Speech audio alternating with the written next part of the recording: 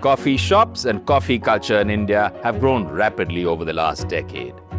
It is now at a stage where you're guaranteed a fairly good cup of coffee in most cities with beans from a wide range of coffee estates to choose from.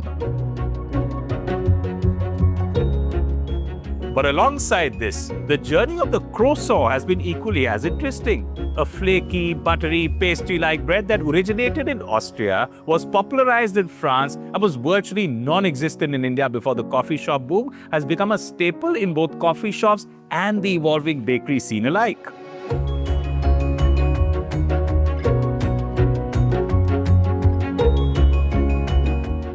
And the perfect person to answer why we seem to have taken to it so well is Suchali Jain. Suchali started Suchali's Artisan Bakehouse back in 2017 in Gurgaon with a clear focus on the croissant amongst a few other items like the morning bun. She set up a counter at Blue Tokai Coffee Roasters in its early days, and after a few years of providing consistent comfort to a large clientele through her bakes, cookies and breads, merged and amalgamated with the chain as they expanded pan-India. So Suchali, you've seen the evolution of coffee shops firsthand, pretty much, no? So why is it that you feel the Indian customer, the Indian palate, has taken to the croissant so well? So I think croissant, even though it's a foreign product for our country, but the taste is very, neutral. Like it has the sweeter notes, it has the buttery notes, and India is very comfortable with having lots of butter. Like we've grown up eating khari biscuits, we've grown up eating naan khatai, we've grown up eating bread and butter at home, and butter with our parathas. So I think it was not something very different for the Indian palate, and to adapt to this taste, it was easier. And because the butter and everything, it makes the product also very neutral and not very extreme on the taste palate. So it was much easier for the Indian palate to adapt. And second very interesting thing, which I personally feel is really led to the success of the croissant, was the Instagram wave, which came. And because croissant is a very Instagrammable item, you see, like even though it's very neutral on color, but it's the layers and it shows the layers, the art and the craft which goes behind a croissant.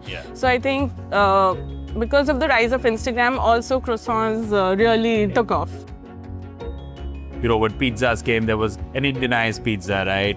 And burgers have been Indianized, So even the croissant apparently has been Indianized. In fact, Laupra apparently, in the Indo-French week right now, recently, created something called the Krugman or something, which is like a croissant with a gulab jamun, and inside, like the layering, and that it's still there, It's just the base for a lot of experimentation. Yeah.